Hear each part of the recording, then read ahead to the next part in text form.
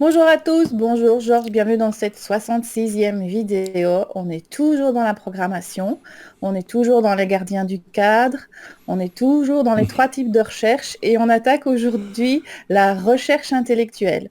Alors c'est la deuxième recherche, on ne critique absolument pas les gens qui cherchent absolument à savoir, que du contraire, c'est plutôt le piège dans lequel ils tombent qu'on critique ici, n'est-ce pas?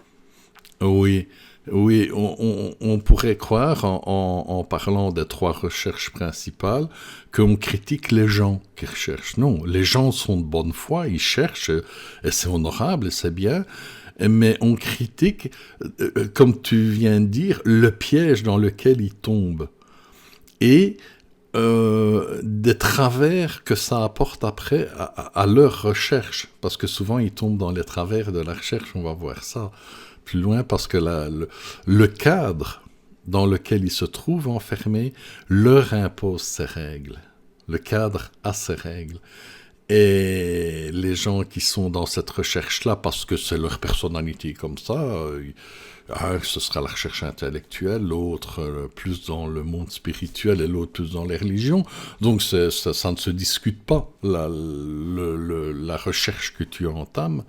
Mais chaque recherche fait partie, est organisée, est encadrée, on peut le dire ça comme ça, par les gardiens du cadre, et va au fil du temps imposer ses règles, et donc modifier la personnalité, le comportement de la personne. Donc, Elle démontre très bien la toute-puissance de l'information extérieure qui est manipulée par... ah oui, je fais une petite parenthèse. On a eu un problème de connexion vidéo. Et ce que vient de dire Mary ici, on l'a pas entendu. Donc, on essaye de faire avec. On va voir si ça marche pas. Tant pis, on remettra. Mais donc, tu disais, Cette recherche démontre... Cette fameuse recherche démontre le mieux la toute-puissance de l'information extérieure qui est manipulée par l'esprit. c'est la recherche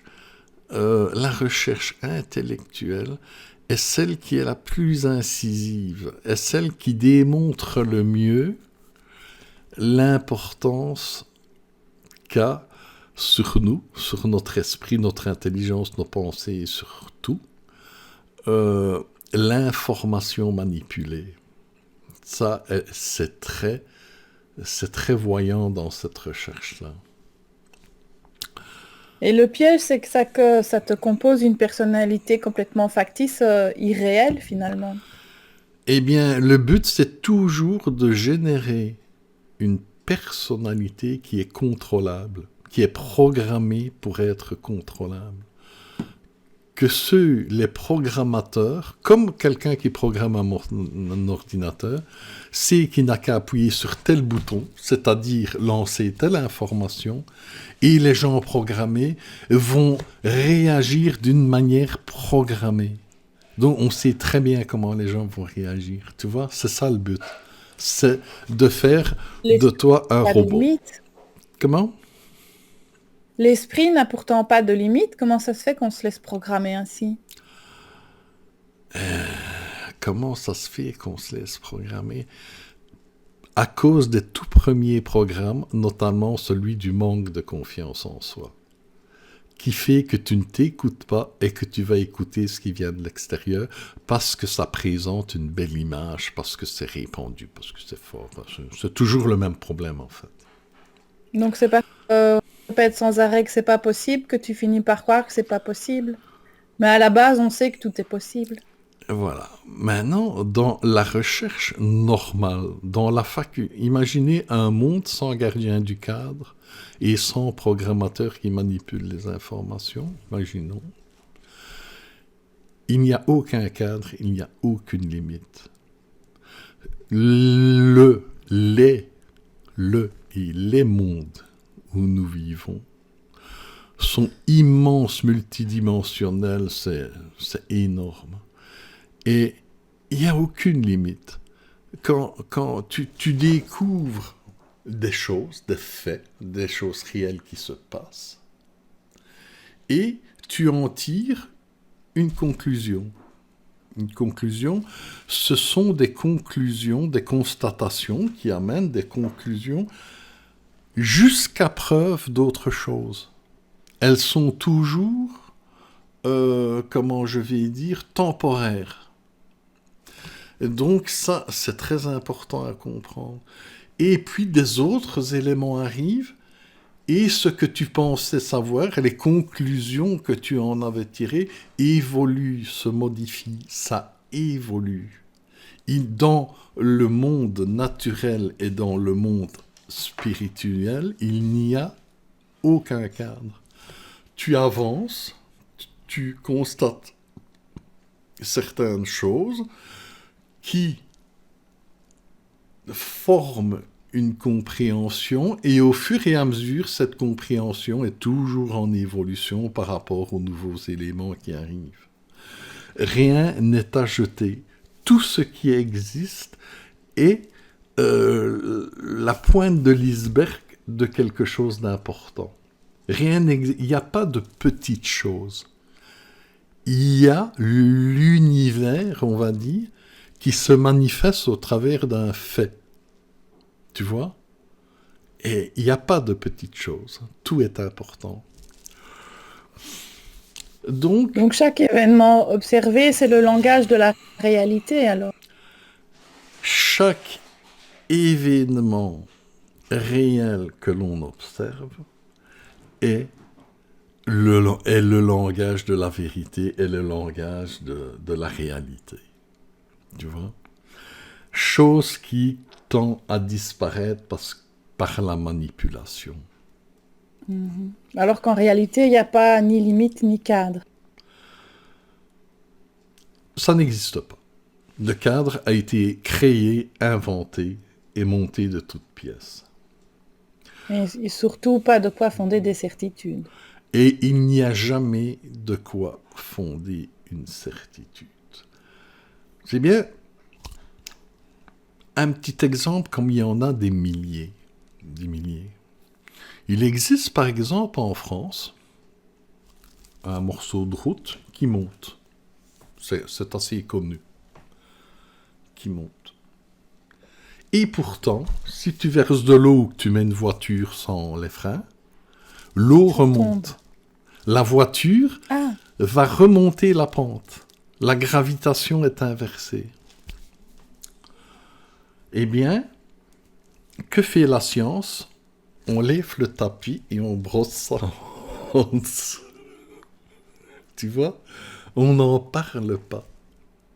Pourtant, c'est un phénomène assez connu. Et il y en a plein d'autres. Il n'y a pas que celui-là, c'est juste pour donner un petit exemple. Donc, tu vois, c'est ce que la science fait. Ce n'est pas la science, c'est les gardiens du cadre. Les gardiens du cadre. Ils mettent le tapis, la couverture dessus, un voile dessus. Voilà. Et donc, c'est pas une mauvaise chose pour venir à la base de cette recherche-là. C'est pas une mauvaise chose, la recherche intellectuelle. Certaines personnes ont le besoin ils constatent que dans les autres recherches, il y a des trucs qui ne vont pas.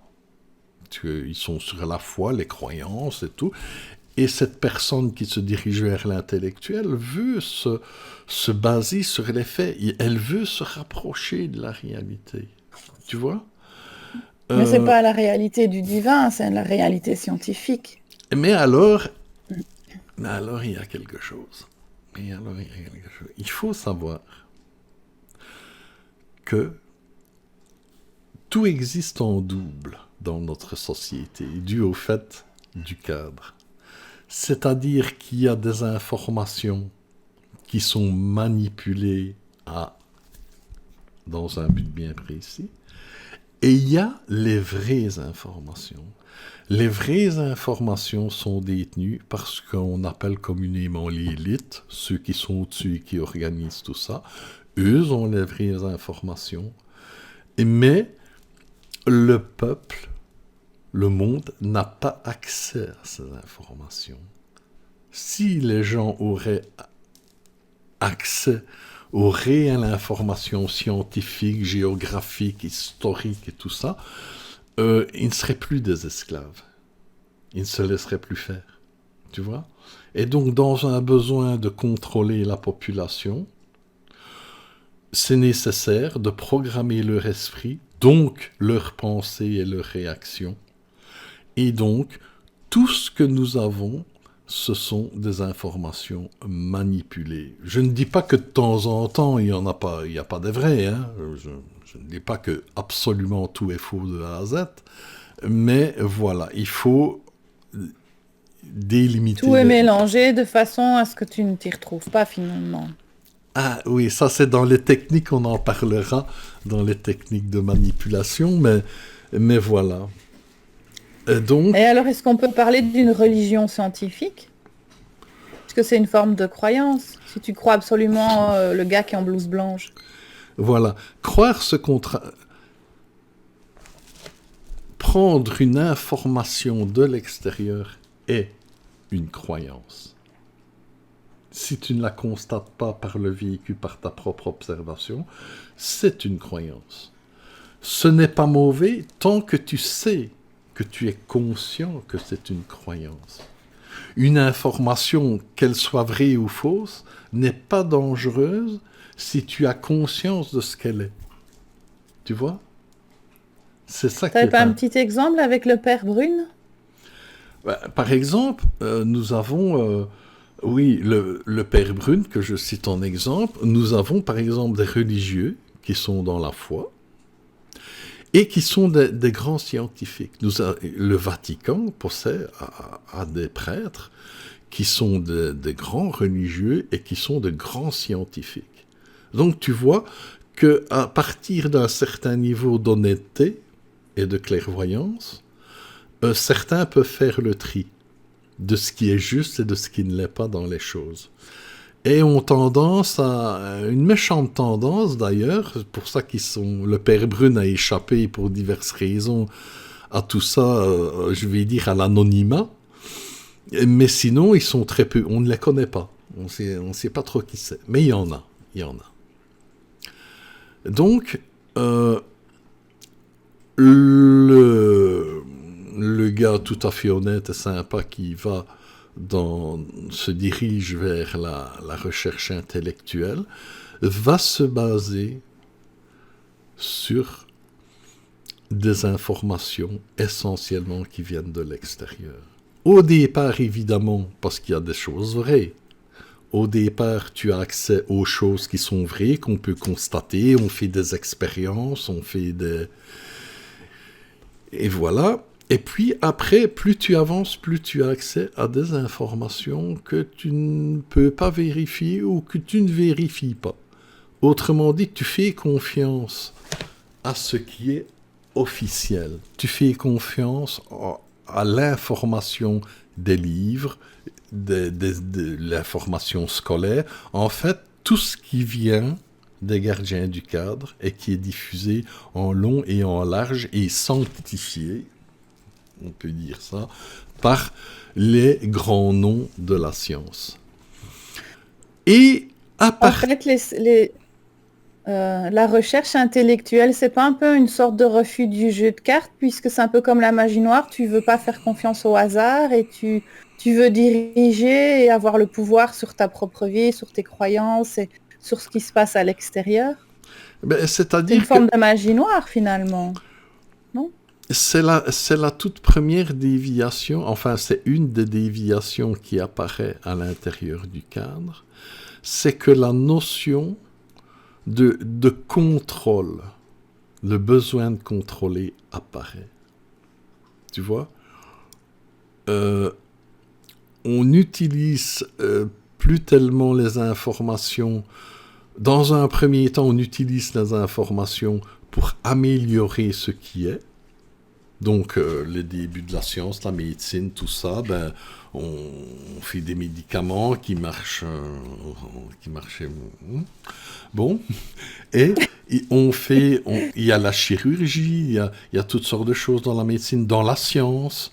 Faire un poêle au charbon, faire un poêle au mazout, faire de l'électricité. Tu vois, tout ça, au départ, tout est bien honnête. C'est plus de la physique, ça. Oui, mais oui, mais enfin, Oui, ça reprend le scientifique, ouais. On emballe tout dans une grosse boîte, hein, on va pas... D'accord, je vote pas. Non, je chipote pas. Et donc, dans un premier temps, comme toujours, ça fait partie des techniques, on en reparlera, c'est bien, c'est honnête, c'est propre. Et puis, il y a un moment, il y a une frontière que l'on passe qui concerne le contrôle des autres. Tu vois, il y a contrôlé au départ des informations pour améliorer la qualité de la vie, et puis ça passe à un moment donné à la notion de contrôle des autres. Et c'est assez insidieux, parce que dans un premier temps, tu t'intéresses, tu es en recherche intellectuelle, et plus tu vas avancer, plus les informations que tu vas obtenir vont te faire devenir tranchant.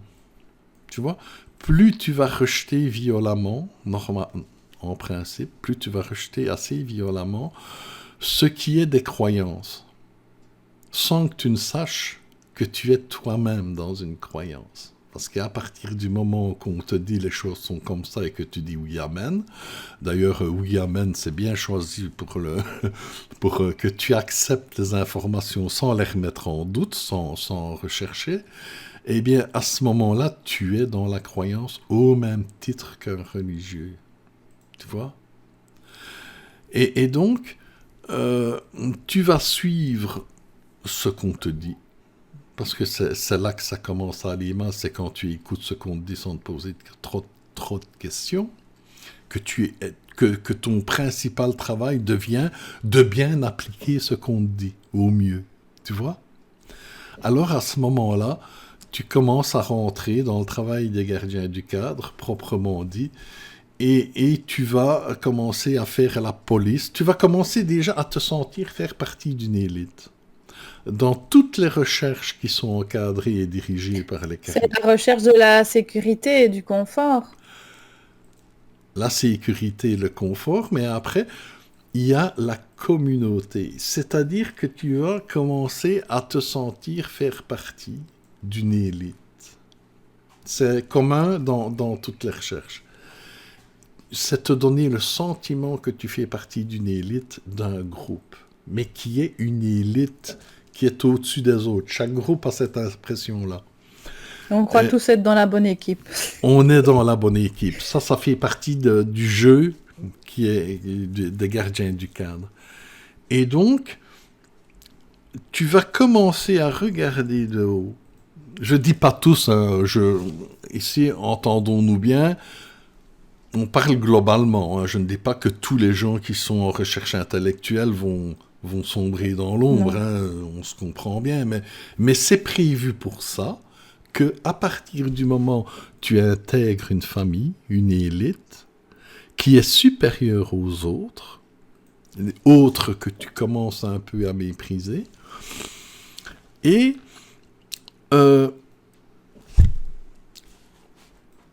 tu as besoin de cette élite. N'oublions pas, comme tu disais tantôt, cette fameuse programmation de manque de confiance en soi, de manque de conscience de sa propre valeur, tout ça. Donc, on a besoin d'être considéré par les autres. Et donc, on va rentrer dans une élite qui va te considérer tant que tu suis les règles de l'élite. Tant que tu fais que tu suis ce qu'on te dit et que tu valides ce qu'on te dit, que tu défends ce qu'on te dit, tu vois. Sinon, tu risques d'être exclu. Et c'est très difficile parce que la plupart, être exclu de cette élite intellectuelle te fait régresser. Parce qu'on t'a amené à mépriser les autres recherches. Donc, quitter cette élite pour rejoindre une autre, c'est une déchéance. Tu vois? C'est finement bien fait. En apparence, oui. Oui, c'est ce qu'on te fait croire. On est toujours dans le croire. Ici, on parle des gardiens du cadre, de la programmation, on est dans le monde du croire. On nage dans l'illusion et la croyance ici. On est dans ce monde-là. Tu avais un petit exemple avec quelqu'un qui t'a posté une question sur Jésus? Oui. il y a pas enfin, il y a un moment, je ne sais plus de quoi j'avais parlé exactement, je parle souvent de Jésus, c'est l'exemple. Et la personne m'a dit, oui, Nazareth, ça veut dire ça, Jésus n'est pas si, Jésus... enfin, je sais plus. Mais enfin, il se sert, c'est une personne qui s'est servie de sa base intellectuelle et historique pour dire, tiens, ceci n'est pas là, c'est pas comme ça, c'est faux, c'est des croyances, c'est n'importe quoi. Et je ne lui en veux pas. Je ne lui en veux pas, il est dans cette... Il croit à ce qu'il dit, à ce qu'il fait. Mais il est comme nous tous, il est en recherche. Mais est-ce qu'il s'est seulement posé la question sur le fait que les sources historiques seraient justes? Est-ce qu'il s'est posé la question? Alors on va me dire, mais c'est facile de dire oui, l'histoire c'est peut-être pas vrai. Nous avons des camions, des trains, des containers remplis de preuves de choses qui ne collent pas avec l'histoire. De fausses publications. Et pas des petites choses. Hein. Il y a énormément de choses. Dans tout ce que, heureusement, dans tout ce que les gardiens du cadre font et imposent aux gens et tout ça, celui qui sait chercher, il va trouver des incohérences et des contradictions et des faits bien matériels qui prouvent. Il faut lever les tapis. Il faut soulever le tapis parce qu'ils ont tout fourré en dessous. Si tu soulèves le tapis, tu vois tout. Donc ce garçon-là qui a voulu faire la police, et je comprends sa motivation, hein, je ne prends pas ça pour une démarche agressive pour me blesser ou quoi que ce soit, je pense qu'il fait ça d'une manière très honnête en fait. Mais je ne lui ai pas répondu parce que je suis un peu fainéant pour écrire. Bon. Mais je réponds globalement maintenant. Pose-toi la question. Est-ce que l'histoire sur laquelle tu te bases est vraie? Est-ce que c'est vrai? Tu doutes de la véracité de ce que les religieux ou tout ça disent, et tu as raison. Il a raison. Mais